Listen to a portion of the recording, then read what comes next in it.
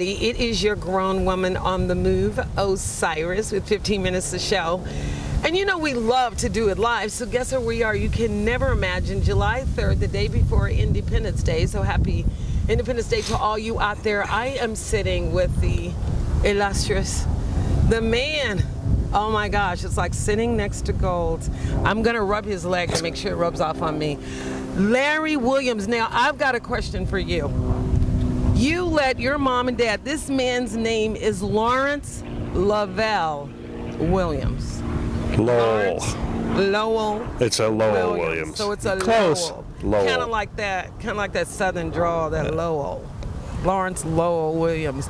That's a hell of a name. And, thank you, Osiris, for having me. He's a Grammy award-winning composer, musician. He plays keyboard, saxophone, flute, clarinet. He's a multi-dimensional artist. Let me tell you, if you ever heard of Seawind, this man formed that group, and so we're going to talk to him about why and how he knows Mr. Quincy Jones, how he produced the fabulous Chris Walker's album, Tribute to Al Jarreau, and let's get into it right now. Hey, Larry. Hey, thanks for having me, Osiris. I just had great to tell to be you guys here. all of that. I just had to say it. What's up? It's really great to be here. So let's get into some questions. Okay. You've had the name Lawrence Lowell Williams, and it sounds already like a famous name. Did you ever imagine that name, that your mom and daddy named you, would carry you into the arms and the likes of Quincy Jones, Chris Walker, Al Jarreau, George Benson, Sheila E.? So you know I go by Larry Williams. Yes. That's what I've been called since I was a kid. And Larry. Al Jarreau introduced me. That's what's on most of the records, although some are Lawrence. Al Jarreau introduced me as the last white man named Williams for years, and I used to crack up. Well, that's our That little. is very, very funny. But it's such a distinguished name, and so everybody would call you I Larry. kind of wish I'd have used Lawrence now, It's back in the day, but we love there's it. not that many Lawrences now. It would have set me apart, but I am the Larry Williams You're on the most only of the man. records you might see. And so Al Jarreau always introduced you as the last white man with the name Williams. Oh my gosh, he was a character, wasn't he? He is Al something was else. one of a kind. Wise. One of a One kind. of a kind dude. So what got you into being a multidimensional? I mean, you've managed to. They're listed. Some people can only do one thing. You do like all of these things. How did you manage to do all of that? I'll tell you, In your life. really blessed. My father was a great saxophone player from Kansas City. I grew up in Overland Park, Kansas, a suburb of Kansas City. He was kind of the main tenor sax guy, and he played flute and clarinet too. And he started me. I fell in love with music. I wanted to be like my dad from an early age. He started me when I was about 6 or 7 on clarinet. There you go, yeah. And I took to it. I loved it. It kind of became my identity. Then I transitioned to saxophone, which I loved probably as my. I always loved saxophone. So your first go-to instrument is sax before the other ones that you? Well, not really. I'll tell you what happened was my dad said when I was in junior high, I'm going to send you to a harmony and theory teacher. He happened to be Pat Metheny's teacher. This guy was a giant, John Elliot in Kansas City, taught a lot of great musicians. And he started teaching me how to arrange and compose and listen to jazz and play jazz, which I loved because my dad was a jazz player. So he also said, you know what, you have some facility on piano. I was just messing around with my grandma's piano, and he said, she gave me the piano actually, and said, I did half piano lesson and half theory, and then I'm studying clarinet, saxophone with private teachers, and then I went to a flute teacher, the first flutist in the Kansas City Symphony. So by the time I got to college, I was fluent on all these instruments. I was practicing many hours a day. Got a full scholarship to Indiana University on clarinet. Wow. But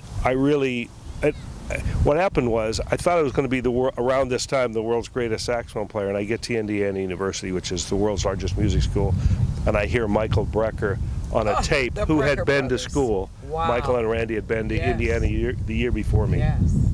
And I actually stopped playing the saxophone and I said, I don't think, I heard him when he was 17, school 18. Because you heard of one of the Brecker brothers? I heard Michael playing the saxophone at such a high level, and I was like, you have to be kidding me. I mean, before that, I'm listening to Train and Bird, and I'm thinking, oh, yeah, I can get there. I heard him, and I was like, he was playing something that I didn't think I could get to.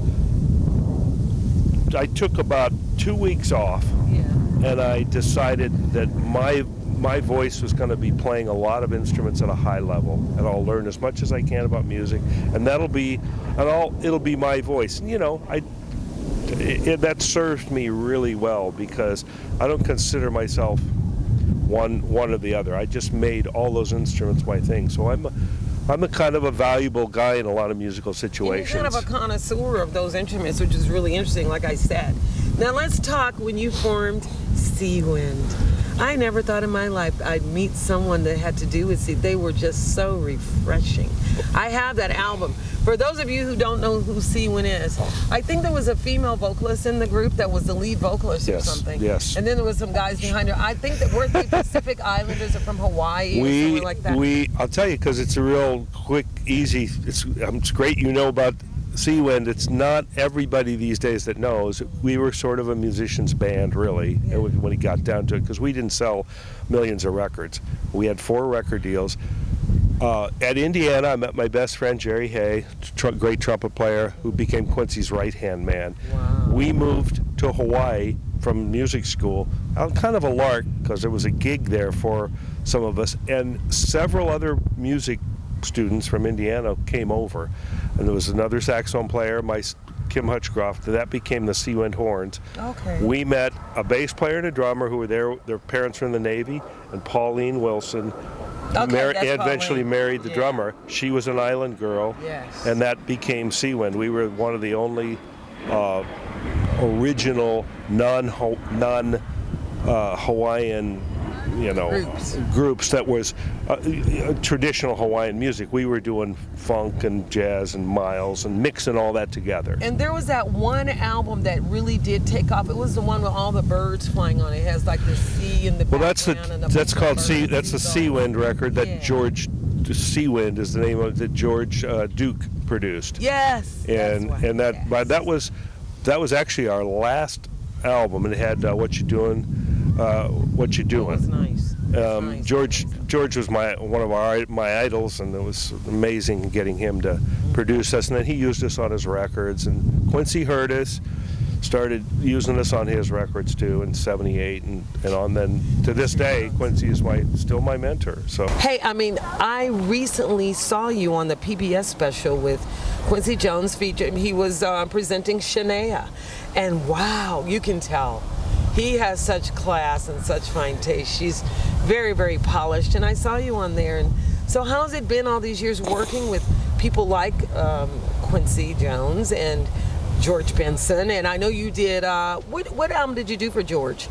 Well, I did quite a few of them, and it as recently as 07. There was a George Benson, Al Jarreau joint record that I produced 3 songs on, and we did some touring where I played keyboards for both Al and George. And you toured some with Al on the road, didn't you? Oh, a lot. Yeah, I first recorded with Al in '78. Went on the road in 1980 after This Time record, where I played Spain. The keyboard solo on that is me, and the Rhodes and the synthesizer, and then. Did some of the 90s with him, and came back in 2001 and was there until his passing, two years ago. I know. But I love George and Al. Both of them are just like, I mean, to get to play with these guys that I idolized, it was just a boyhood dream. He's like gold. I really did get lucky. I mean, my father sent me to a lot of great teachers, and I studied hard, and I was prepared when I got the break. And that band kind of paved my way into the business. Where you to be, so Quincy heard us at the right time, and records were being made. Yes. At that time Quincy was doing Off the Wall. That was one of the first records. And so, who came up with the idea to do the Tribute to Al Jarreau. I'm telling you, for those of you who haven't heard it, if you are anybody that knows anything about Al Jarreau, if this man, Chris Walker, is not channeling that spirit, I don't know what to tell you. He sounds just like him. Just like him. I'm so glad that well, first of all, if you know anything about Al, you know that you feel Al's spirit come through Chris. And yet, it's not an imitation, because Chris spent the last 23 years with Al. That was his hero, his singular musical hero, and he imbibed and imbued Chris. Al, he really is channeling the spirit of Al.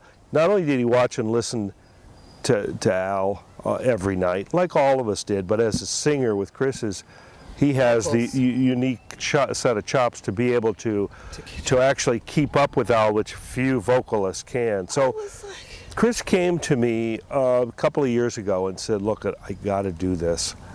We have to do this, and I need you to do it with me.